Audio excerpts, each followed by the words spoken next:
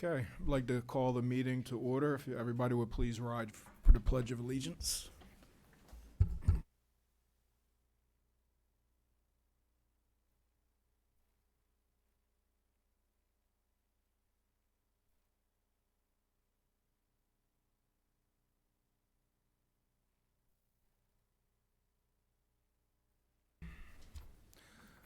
Good evening, everybody. Welcome to our June 2018 work session.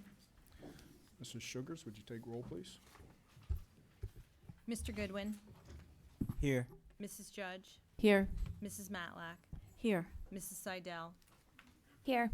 Mrs. Scarpolino, Here. Mrs. Schultz, Here. Mr. Tomlinson, Here. Dr. Wong, Dr. Dickinson. Here. Okay, guess I'll turn it over to Dr. Malash for our presentations this evening. Thank you, Dr. Dickinson. First, I'm going to have Mrs. Wilson come up to the podium as we welcome our new 2018-2019 student board reps and alternate representatives from High School East and High School West. So, Mrs. Wilson, if you'll come forward so we can introduce the kids.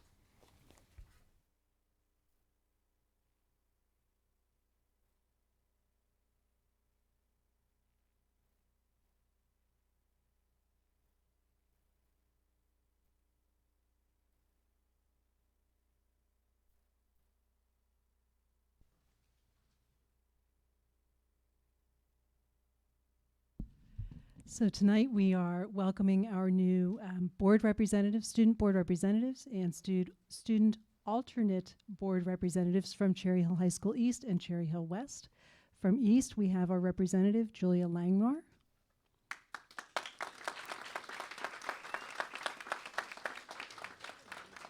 And alternate Craig Robinson, sorry.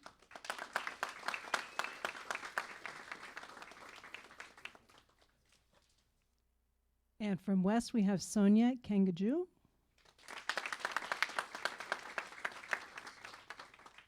And alternate Norina Cobb.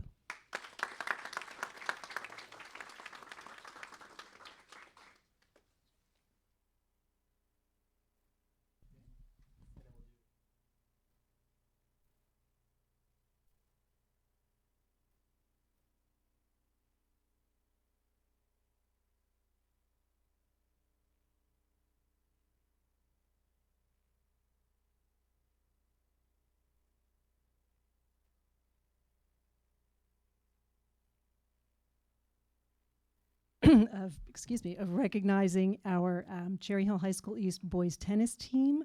Members of this team are our Olympic Conference American Division champions for the season. So we congratulate them for that. We have Coach Greg DeWolf here as well. Would you like to come up and say a few words about the team before we before we give out certificates?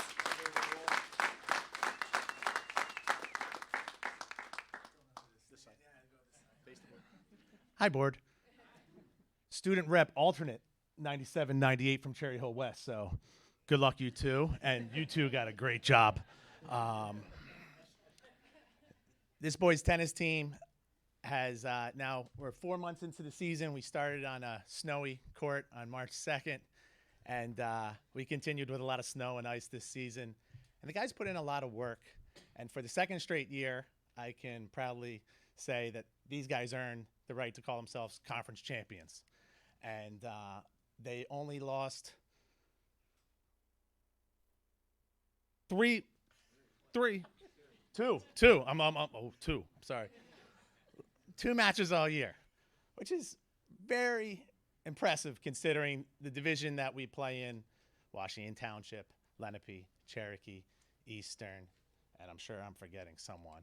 But it's the best of the best in South Jersey. We have multiple award winners for their individual talent, all South Jersey, all group, all conference. But more importantly, they're great young men. And that has a lot to do with the community of Cherry Hill, with a lot of these parents that are standing here right now. I've had coaches from Haddonfield, from Lenape, just say how great they are because they're thankful, they're respectful, but yet they're competitive. And that's what I think the goals of Cherry Hill Athletics is, and what I try to instill in them as a guy that hangs outside the tennis courts trying to will them to play better. So guys, this is great public recognition for you all because you obviously know I'm paying attention. You know Mom and Dad are, you know Dr. Perry, Mr. Burrell, but the community of Cherry Hill does pay attention, and you're representing Cherry Hill in a great way. So congrats for your recognition tonight.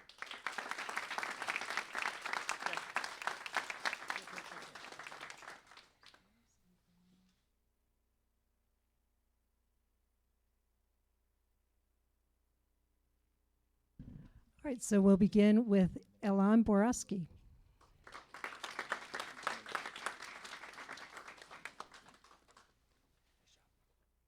Over here. Go this way. Start with us. Start there. I'll send you down the road. Good job.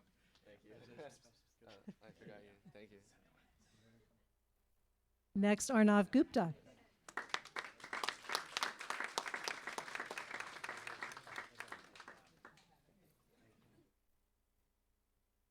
Edward Shen.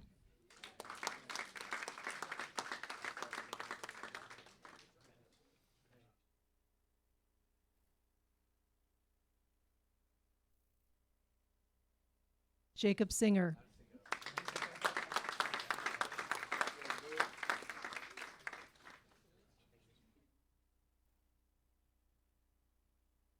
Max Sobel.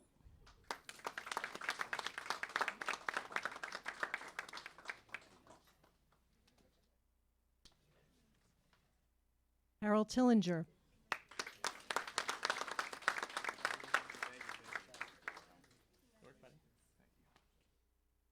Ben Vender.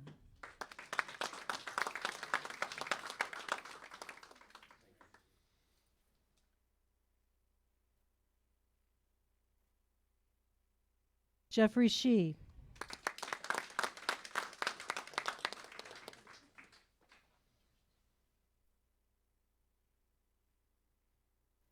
Adam Yu.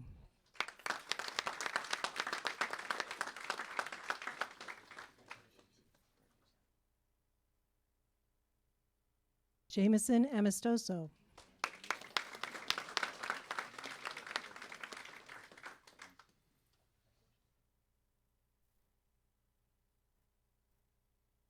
Matt Dickinson.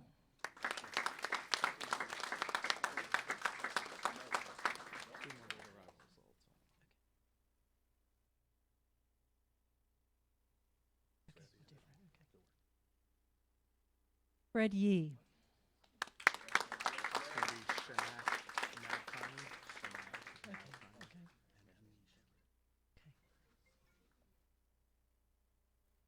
Shanak Nadkami.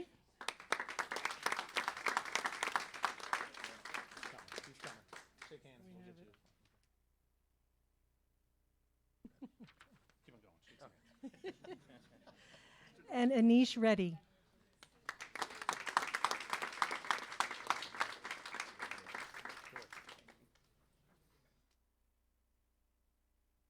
One more. Brandon Cole. Sorry. Sneaking in.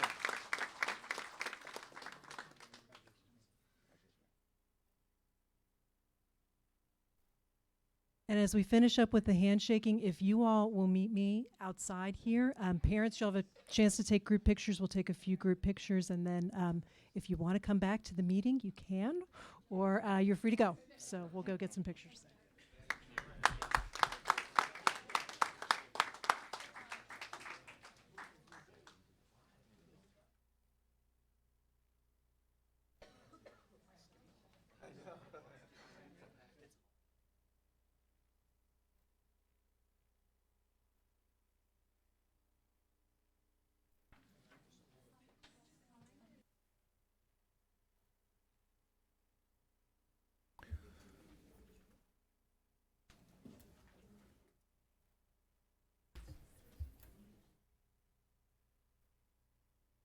That's all. Just when we get to I have two people.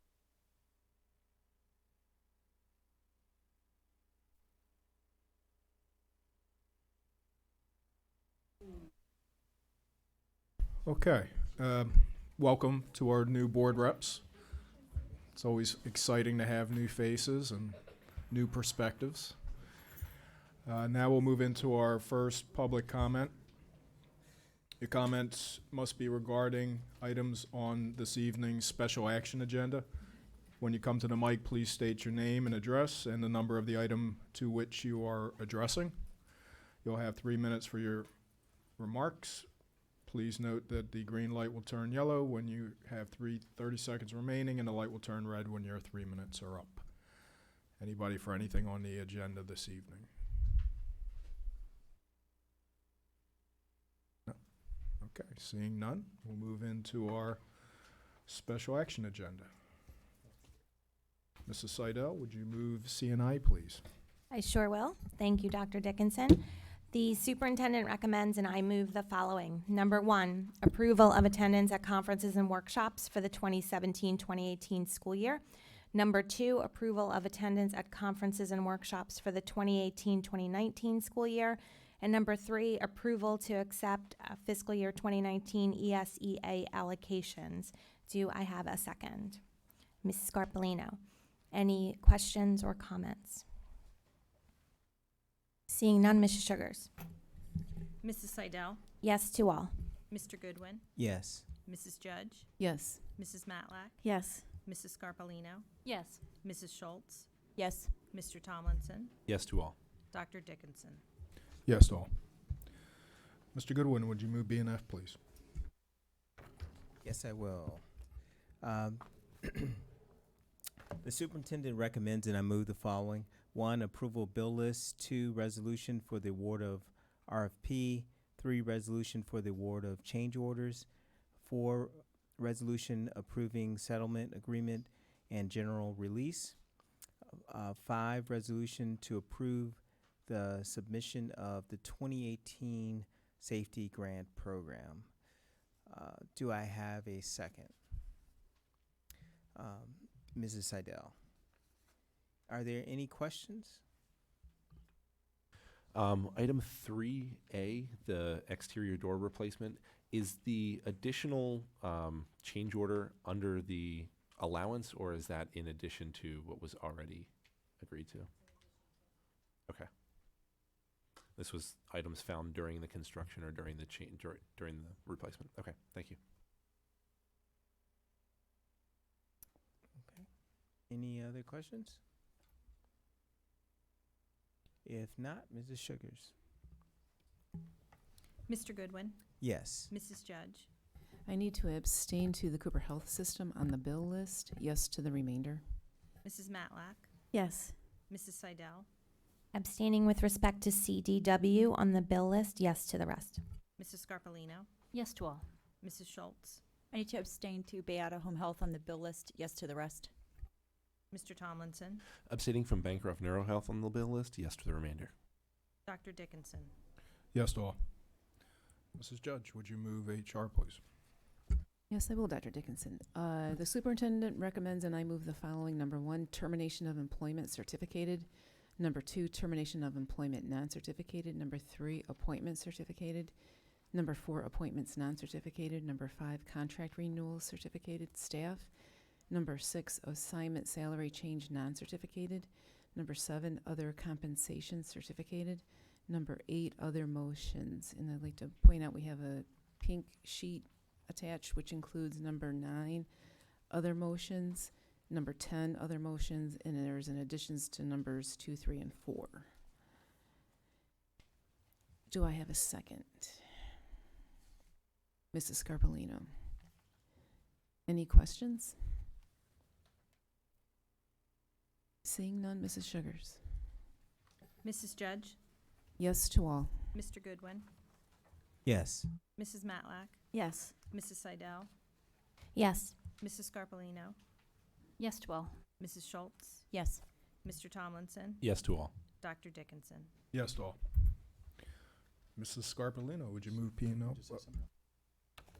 Turn it over to Dr. Malash. Sorry. That's okay. Thank you, Dr. Dickinson. I just want to introduce the board to 2 of the newest staff members that you just approved with your action. First, I'm thrilled to introduce Mr. Aaron Edwards, who you just approved as a new assistant principal at High School East. And Mr. Edwards, if you step up to the podium, I just want to talk a little bit about you and have you address the board. Mr. Edwards is here this evening with his wife and beautiful children. Mr. Edwards is one of those unique educators, especially in educational administration, that has had the opportunity to work as an administrator at every level from pre-K through 12.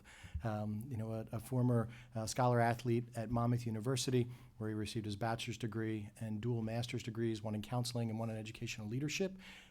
He currently works in Glassboro, previously had been in Willingboro, as well as Pennsauken, and in Long Branch, and in New Egypt. So we are very excited for Mr. Edwards to join the team. So Mr. Edwards. It's on? Okay. Definitely thank you for the kind words. I'd like to thank Dr. Malash and Dr. Dickinson and the Board of Education.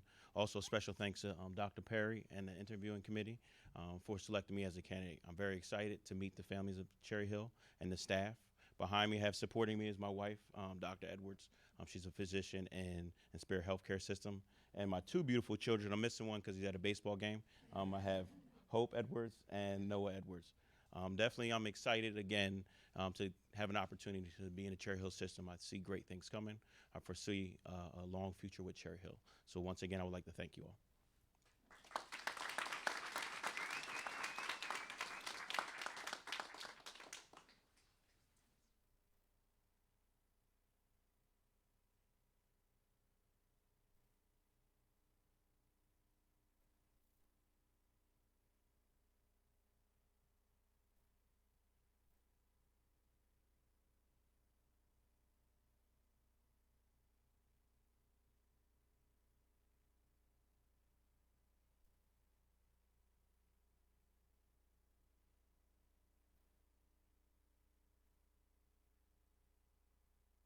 And then next, I'd like to introduce you to Mr. Greg McCarty. And Greg, if you'd make your way up to the podium as well. Greg was just approved as the new Director of Facilities for our school district. Mr. McCarty comes to us with a wealth of experience. The last 16 years or so working in Burlington County. Prior to that, we had a great conversation when he came for the interview that he actually, there's some of us that still remember the steam plant down in Camden, downtown, where Mr. McCarty worked at a number of years ago before transitioning into working in public education. His experience, his background, and certification will all lend itself well. We all are well aware, we've had the discussions over the last number of years about work that needs to be done within our facilities, and the plan with the referendum on October 2nd of this year. So I'm very excited to welcome Mr. McCarty. Greg. Thank you. Good evening. I want to thank you, Dr. Malash and Mr. Sugars, for the opportunity going through the interview process. I'm very excited to be here. The opportunity to finish out my career in a school district like this is a little overwhelming, but I think I'm up to the challenge. Also excited about the challenges ahead of us. I know that last few years there's been a lot of work going on in improving the district and the schools, in particular the infrastructure and things of that nature. So I really look forward to continuing that and really can't wait to get started. So.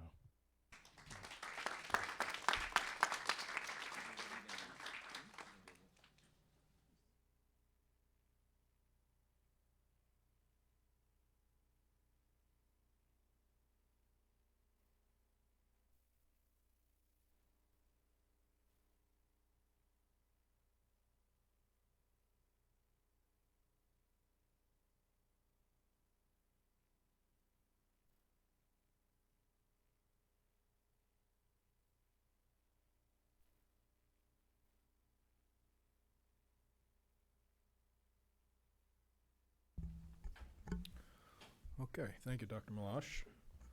Welcome to our new members of the district. Glad to have you on board. Now, Mrs. Scarpolino, would you move P&L? Certainly. The superintendent recommends, and I move the following.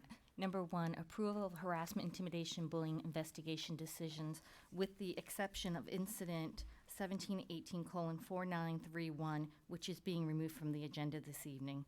Also, we have a yellow handout, which is item number 2, approval of harassment, intimidation, bullying hearing decision. Do I have a second? Mrs. Schultz, are there any questions? Seeing none, Mrs. Sugars. Mrs. Scarpolino? Yes. Mr. Goodwin? Yes. Mrs. Judge? Yes. Mrs. Matlack? Yes. Mrs. Seidel? Yes. Mrs. Schultz? Yes. Mr. Tomlinson? Yes. Dr. Dickinson? Yes. Okay, we have no items for strategic planning this evening, so we'll move right into our work session. Mrs. Seidel, would you start us off with the CNI meeting? I sure will. Thank you, Dr. Dickinson, and I will try and be brief. I know my reports tend to run a little long, so I apologize in advance. So our last curriculum and instruction meeting was on June 4th at 7 p.m. First up, we had special guests, Mrs. Katsikas and Mrs. McCartney, back with us again to review two items that had been previously discussed in CNI. The first was discussing the comprehensive book list for grades 6 through 12. It was a follow-up to the previous month's discussion, and they were just there for to be able to answer any additional questions we had about this great new list that the Language Arts Department will be using going forward. They also were there to answer questions about the 5 newly proposed titles for the high school. They solicited feedback from the board members who were assigned homework to read. We were assigned homework to read the titles. So we shared some of our thoughts on the books. And everybody, I think, thoroughly enjoyed the book that they were assigned, especially Mrs. Schultz, who got to read the very thick graphic novel. Next, we had presentations from Ms. Messias and Dr. Mahan on 3 upcoming theater productions at Cherry Hill West. The first that was discussed will be in a lab theater format. It's called 110 Stories. It's a similar format to the Laramie Project, for those of you that are familiar with that. It's a show that shares true stories from the events of 9/11. Ms. Messias discussed the difficult subject matter and the impact on the students in the lab theater class. The students will be researching the characters and events in class, which will help them connect to the events of 9/11. Next, we discussed Chicago, the high school version, which will be the spring musical at Cherry Hill West. Just first want to say that adult references in language have been removed from the high school version. There was a discussion about the themes in this play and the significance to those themes in this particular time. I know I had some issued or stated some potential concerns about the theme of violence in the day and age that we're living in. But Ms. Messias and Dr. Mahan reported, and Dr. Malash chimed in as well. And I gave us, I think, some better feelings about that. And we can, when we go into discussion, we can talk about that. This play, Ms. Messias reported that it also gives female students an opportunity to perform. It's rare to find works that highlight female performers, so she was very excited about that aspect of the play. And then the third show for the winter, it's not a musical, Almost Maine, and this is a humorous drama that is very popular among high school theater groups. In fact, I think it was said that this is the most popular production among high school theater groups. Next, we had a brief presentation of the 2018-2019 report card and interim dates for elementary school, middle school, and high school. We got a copy of the schedule, which is very tiny and very hard to read, even with glasses. And I remembered my glasses tonight. But it also, this document also included the teacher entry deadlines and elementary and middle school conference dates. So it was a very informative document. Next, Dr. Campisi reviewed the 4 domains assessed in the Marzano evaluation framework and identified the versions created for staff in various roles in the district. And this was all shared with us previously 2 Fridays ago, so you all should be familiar with this. He recommended maintaining the existing system for teaching staff members. So we will be approving this evaluation framework, I believe, at the end of the month, correct? Then we actually spent a big part of the meeting getting updates on some old business. First was an update on the Stop It rollout. So you'll recall that this was initially rolled out at East, West, and Beck as a test. Implementation was a bit challenging at first, but has improved. I'll give you an example of what that means. So staff was inundated with false notifications, I guess is the right word. The folks at Stop It indicated that this was normal behavior with kids testing to see if someone's monitoring the system. So although I think our administrators were a little surprised at first, the the folks that they're working with at Stop It made them feel better about how this was sort of something expected. Things have since slowed down, which is also expected. One thing that was identified and has improved the process going forward during this test, automated message has been added that notes that the system is not monitored 24/7 and directs students to call 911 in an emergency. So I think that was an important thing that the team was able to identify during this test. So that's definitely a positive. Excuse me one second.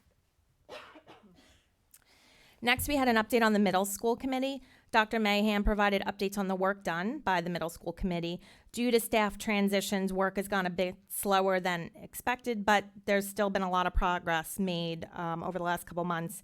A couple of things to note, consistent field trips in elementary school, professional development for world language teachers to ensure consistency and high school readiness, B teams being reintroduced at the middle school level, which I think is great. And currently sample schedules are being reviewed to come up with a standard schedule across the 3 middle schools, and it was decided that the district's going to use a consultant to assist in this, developing this master schedule. So we'll have more details on that in CNI over the next few months. If you recall, the previous month at CNI, we had significant discussion about the kindergarten curriculum committee. We got an update on that committee from Dr. Mahan. She reviewed the committee composition. As we discussed, 5 community members were selected to participate, and she talked a little bit about the selection criteria and the value they will add to this meeting. The first meeting, I believe, was earlier today. And as promised, the roster will be shared with the board now that that first meeting has happened. So we can expect to receive that in the near future. We also had a park update.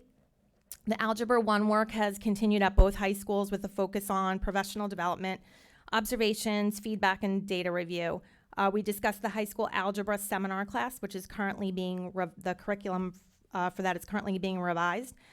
This half-semester class is for students who did not pass Park Algebra 1. The students will take this class in addition to their other math class, and once they complete it, they'll be able to sit for the next Park assessment.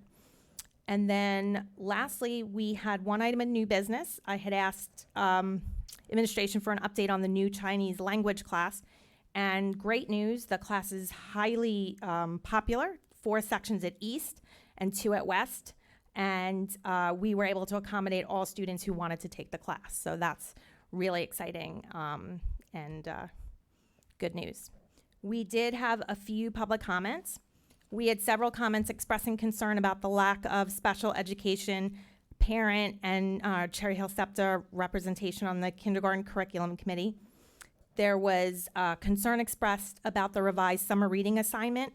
The revised assignment removes the the choice book option. The previous option allowed a student to read a book on the assigned theme, but at a reading level that is appropriate for them. Dr. Mahan explained why this was revised and suggests reaching out to the building administration who can assist with alternate selections if needed. Excuse me again. And lastly, we had a community member who expressed concern similar to mine over the proposed Chicago production with themes of victim blaming and glorifying violence. And that was our CNI meeting. Any questions, discussion? Ms. Scarbolino. I just wasn't, when we're talking about the middle school committee, I know you said something about consistent field trips and then something about the world language was, I kind of missed that. Could you just? Sure. Dr. Mahan, do you want to elaborate or do you want me to take a stab at it?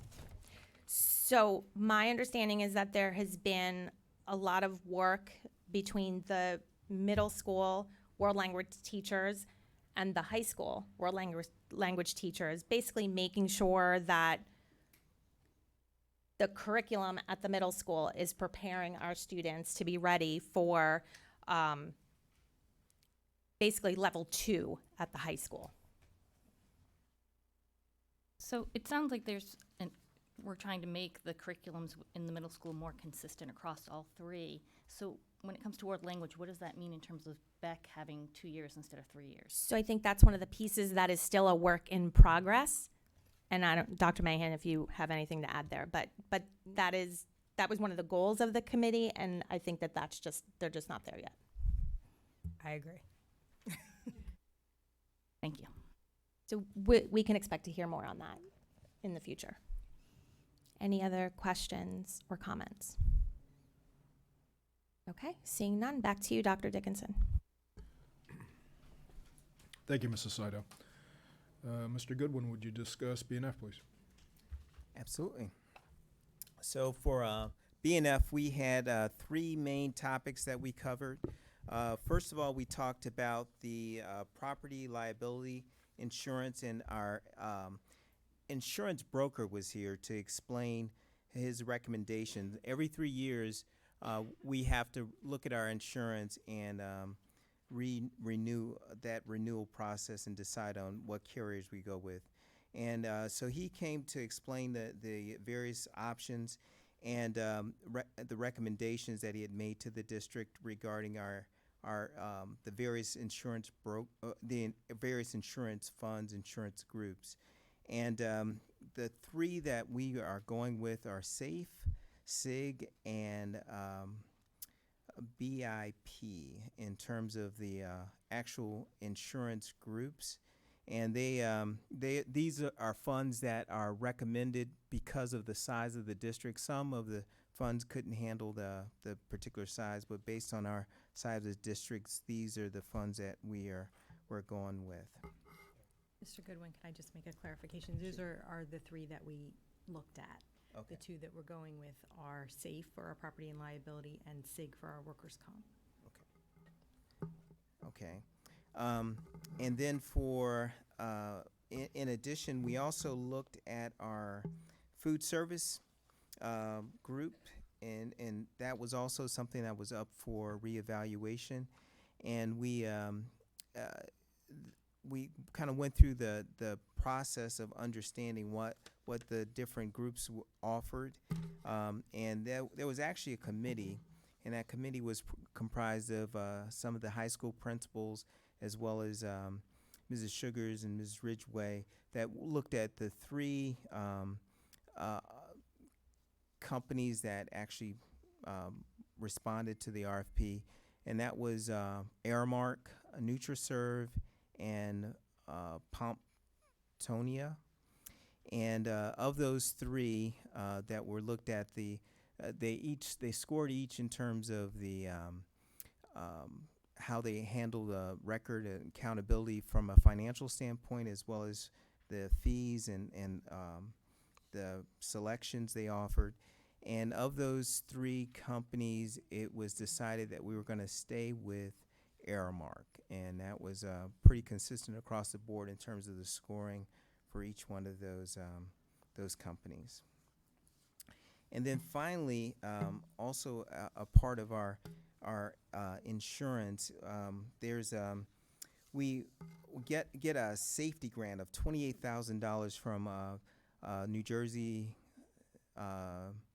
School Insurance Group, and that safety grant is going to be applied towards us doing actually there's going to be a GIS graphical survey done of each one of our buildings to understand exactly it's going to be overlaid with the actual GPS locations and locations within each room, in each building throughout the district, so that in the event of some emergency, we'll actually be able to locate people precisely, even from an aerial standpoint, as to where they are in each building across the district.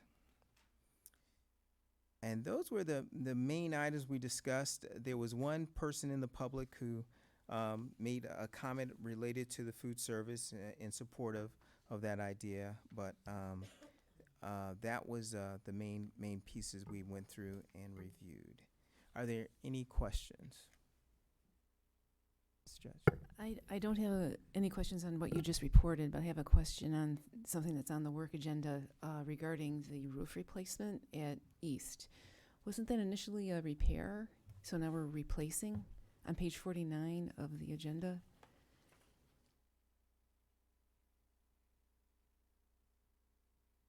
Page 49. So what we're doing, are you talking about the second one? Mrs. Judge? Yeah, at the bottom, I. Yeah, we are replacing that. We It has, the membrane has separated. And so literally what we're gonna do is we're gonna lay another roof on top of what's already there. Okay. Any other questions?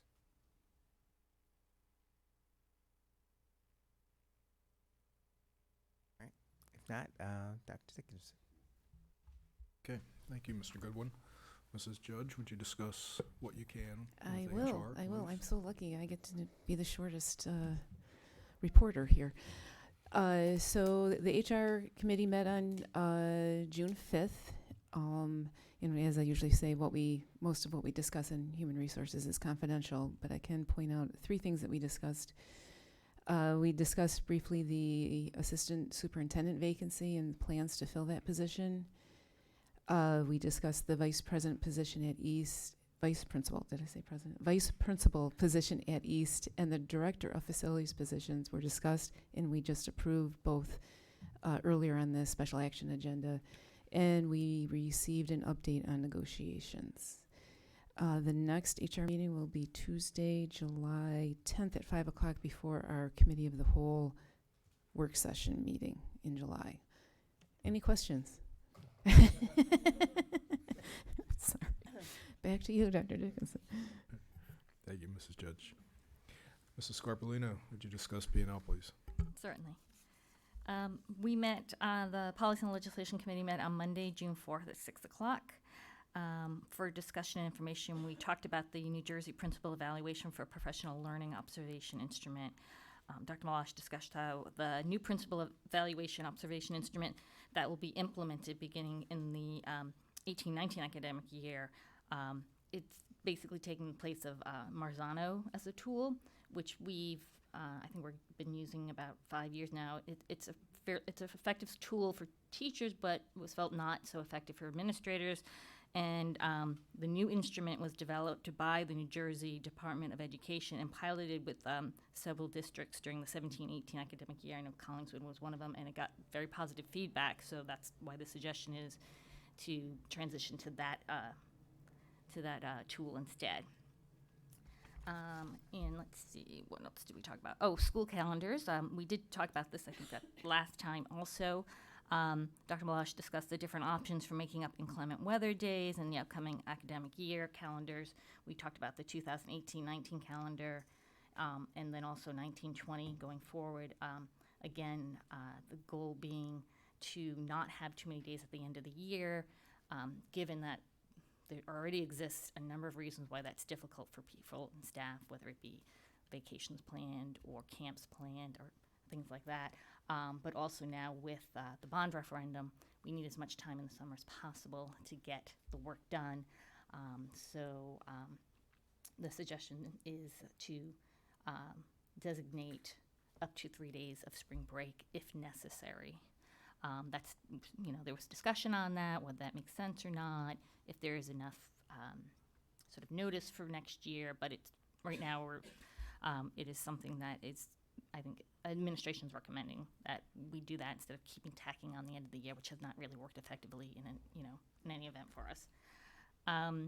Then we had a first reading for policy 2431 athletic competition, which is a mandatory policy that was revised, and also with the regulation, which is 2431.2, which is a medical examination prior to participation on a school-sponsored interscholastic or intramural team or squad.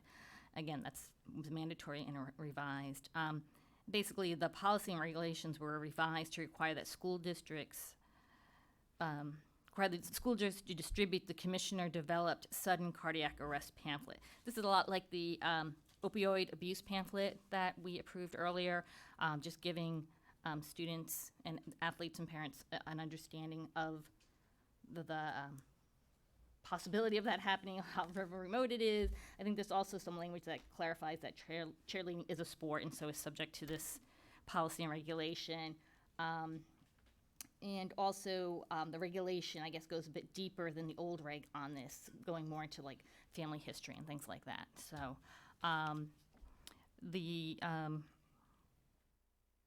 let's see. And then next we discussed policy 2431.8, not to be confused with just policy 2431, which is varsity letters for interscholastic extracurricular activities. It's mandatory, but it's also new, so it's a brand new policy. And the Department of Ed requires a school district with any of the grades 9 through 12 to adopt a policy indicating that students participating in any school-sponsored interscholastic extracurricular activity may be eligible to earn a varsity letter, so it doesn't have to just be sports. The new law extends opportunities for students to earn varsity letters who participate in competitive activities other than athletics. It defines a school-sponsored interscholastic extracurricular activity as those activities that include competitions with students, where students compete against students in other districts, so outside the district, not inside the district. However, the law does not require a district to award varsity letters or to establish any school-sponsored interscholastic extracurricular activity to meet the policy. It's just if you have them already, you can do so. The policy indicates that the board will approve upon the recommendation of the superintendent those activities where students will be eligible to earn a varsity letter, and the superintendent or a designee would approve the criteria necessary to earn the varsity letter. So I thought that was a pretty interesting and nice step for those students who compete but don't necessarily do it athletically. Next, we talked about the policy and regulation 5350, which is student suicide prevention. Again, another mandatory policy that was revised. The Division of Mental Health and Addiction Services was recently transferred to the Department of Human Services. Transferred from the Department of Human Services to the Department of Health. And so now the Division of Mental Health and Addiction Services has informed school districts that they're no longer required to report attempted or completed student suicides to them. Therefore, the only reporting requirement for a school district is to report to the Department of Children and Family Services. And I hope that that is a policy and regulation that we never have to worry about implementing. Next, we had a policy 8462, reporting potentially missing or abused children. Again, another mandatory policy that was revised. Policy designates the supervisor of pupil services, which is Ms. Wethington, as the school's district's liaison to designate child welfare authorities to act as a primary contact person between the school district and the child welfare authorities with regard to general information sharing and the development of mutual training and other cooperative efforts. Then we had our next item, our third item was policies for second reading.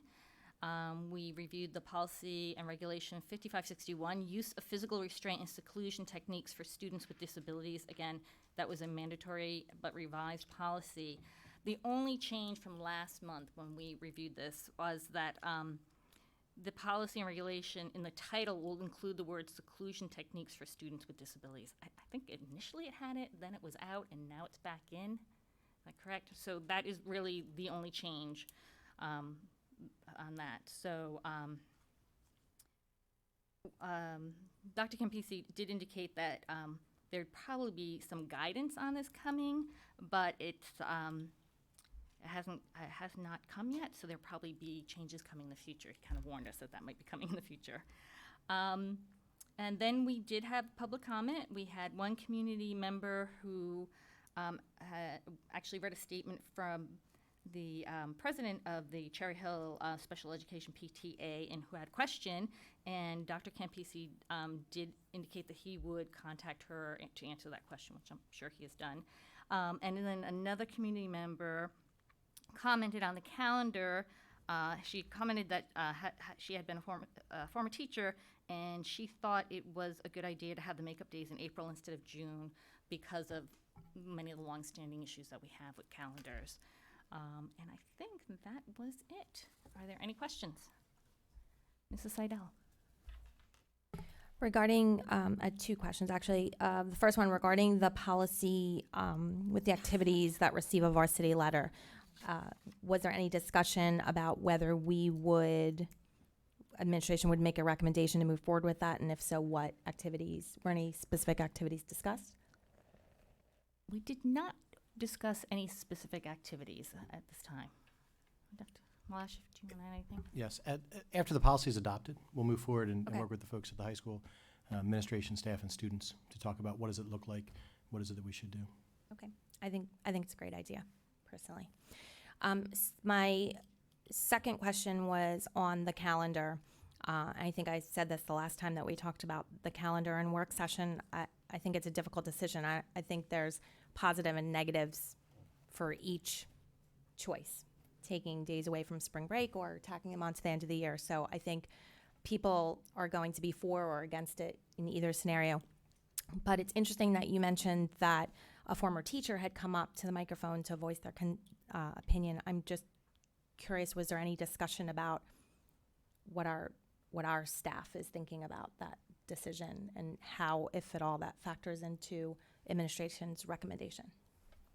Dr. Malash, do you want to take that, please? Sure, should we share it? I share the draft calendars with the president of the Administrators Association and the president of the Teachers Association. We had that discussion.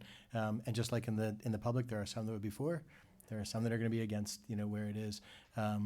In a district our size, there's almost 1,700 employees. Somebody's going to be rubbed one way or the other. Listen, people are going to be rubbed when we tell them these are the days we're going to be at school, because those don't always work out for folks when the calendar is published. We're just trying to look at what is the best overall, for the district. But everybody is, they understand the reasons as to why that is. If we're going to move forward with that, we'll put the drafts. They'll be in your memo on Friday, and we'll look for you to act on them on the 26th. Mrs. Judge?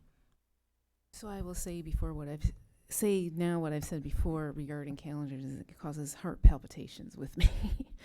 But just if we do go with the April dates, I just want to reiterate what I've asked several times, that we don't have to have a certain percentage of attendance at school for the day to count. There's never been that rule. There is nothing in statute that says a certain percentage of students. So the day's a day, regardless. Correct. Not that I'm encouraging one way or the other regarding the days if we go that way in April, but it does cause me heart palpitations, this whole calendar discussion. When we are going to vote on it at the next action meeting. Yes, on the 26th. On the 26th, Yep. okay. The board, you'll receive the final drafts on Friday.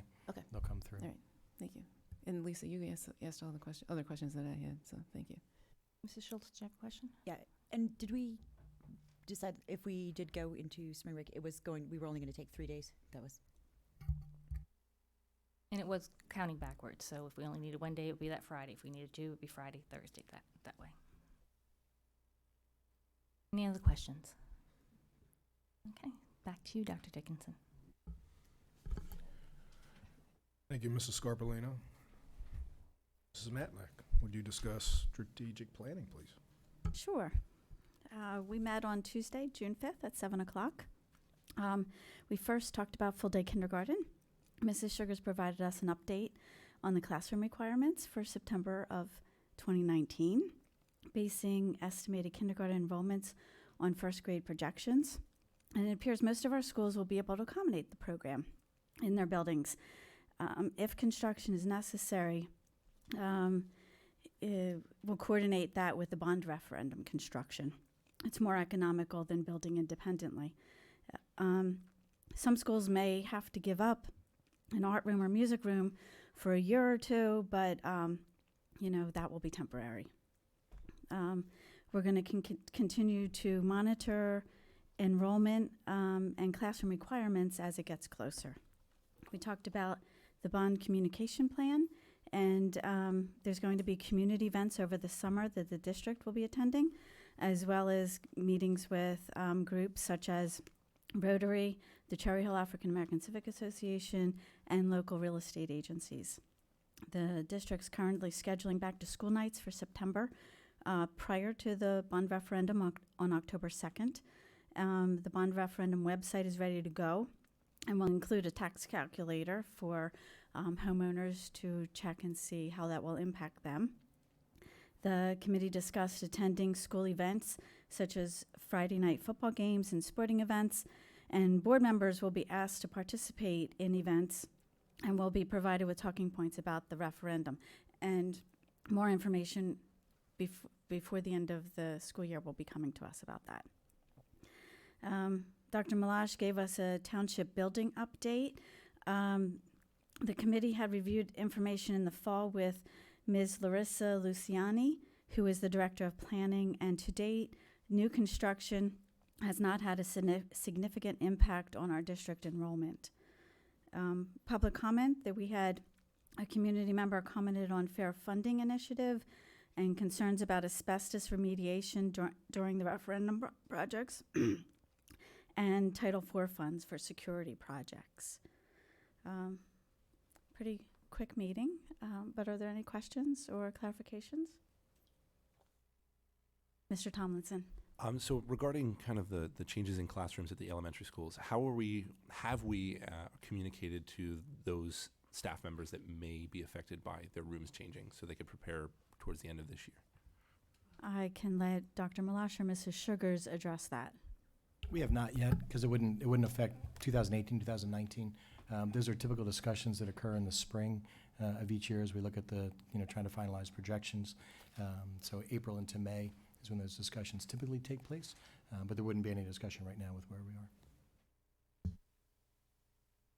Any other questions? Okay, that's all from me. Thank you, Mrs. Matlack. Okay, we'll move into our second public comment. You may now comment on any issue. When you come to the mic, please state your name and address. You'll have 3 minutes for your remarks. Please note the green light will turn yellow when you have 30 seconds remaining. The light will turn red when your 3 minutes are up. So, the mic is yours.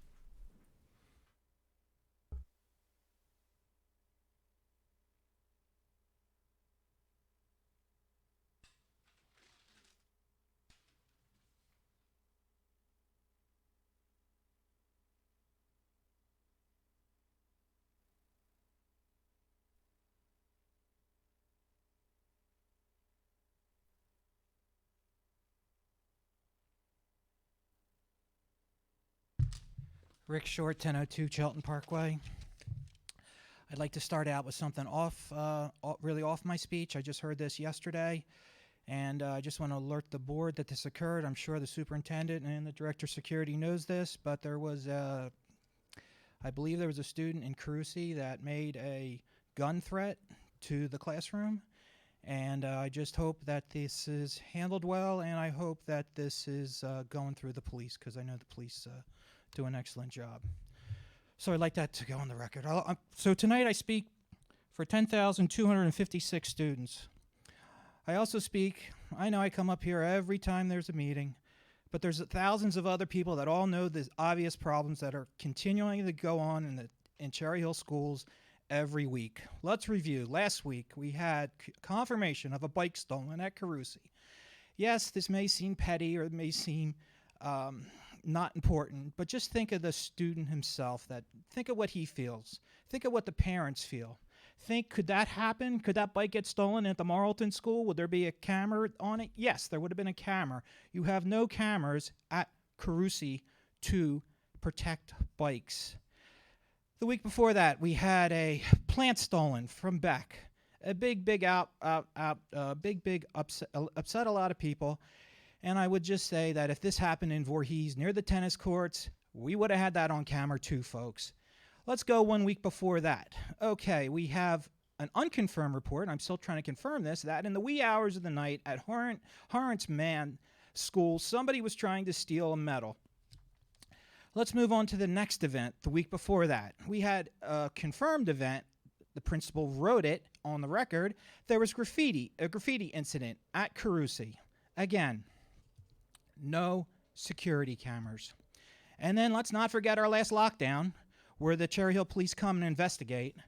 This is Bret Hart School right here. What do they come to investigate with? We have 1 camera. Let's see. If they went to a Marlton school, they would have 31 cameras.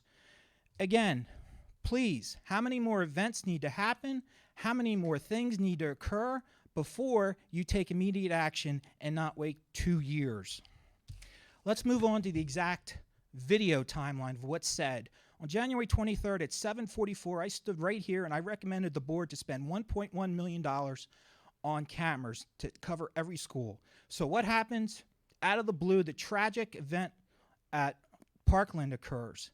Everybody in Cherry Hill's in an uprage. Everybody, the thousands of people that know my work and all my evidence that I've been showing for almost 2 years now are all upset. You had 26 students speak the night of February 27th. You had 25 parents speak for over 2.5 hours.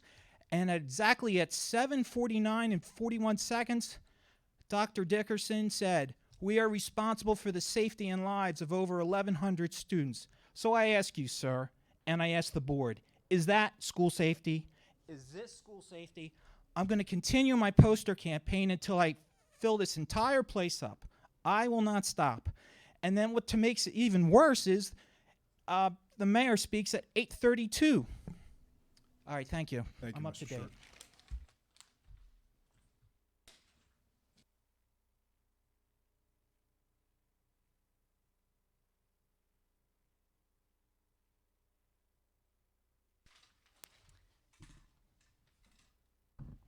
Miriam Stern, 121 Ashford Road. I just have a public comment question. On May 29th, we were, Dr. Malash and I and several other folks from Cherry Hill were lucky enough to meet with Acting Commissioner Repolet from Department of Ed, and we discussed the fair funding issue for the district, since we're such an underfunded district. And we also discussed the fact that our town and our residents are now facing a really significant bond measure to address so many of the financial shortfalls our school district is under because of the lack of funding we've endured for, at the very minimum, 10 years. And one of the part of the discussion was about eligible funding we might get from the federal government for things like security, specifically for security. And I see that that's mentioned here in item 3 on page 5, Title IV funding of $68,000, which just seems like a really small amount of money for a district our size. And I know I asked Mr. Tomlinson about this at one of the Board of Ed meetings several months ago, a very lively Board of Ed meeting that happened. Whether or not our district would be eligible to look for more funding from the federal government for security. And I don't know anything about that happening, but since it was mentioned at our meeting and it was part of the discussion of recommendation for the district to look at, I'm just wondering if that's something that is eligible to be further pursued, if there's more funding that we could pursue besides $68,000 to help us offset a huge part of the cost of the bond, which is specifically earmarked for security, the potential bond for security.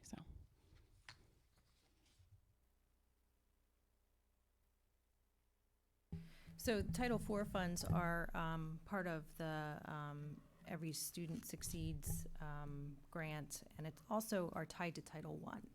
So whatever we write for Title IV has to tie into what we're doing in Title I. It's also an entitlement grant, so it's not a competitive grant. They tell us what we're going to get. We don't go back to them and say, I'd like more funds, because we wouldn't get them. But basically, when they talk about security in Title IV, they're talking about health and safety of students in terms of bullying prevention and suicide prevention. They're not talking about using those funds for security. So that is not an allowable cost under that grant. Thank you.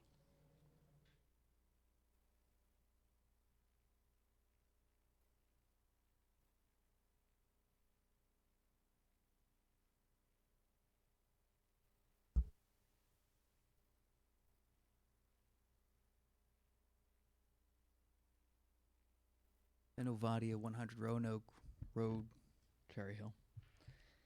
Doesn't it seem odd that the Commissioner of Education doesn't know that? I was compelled to come up here and just say that. I mean, Here's Dr. Repalet. Granted, he's new to his position, but doesn't it seem like he would know that? I don't know. Anyway.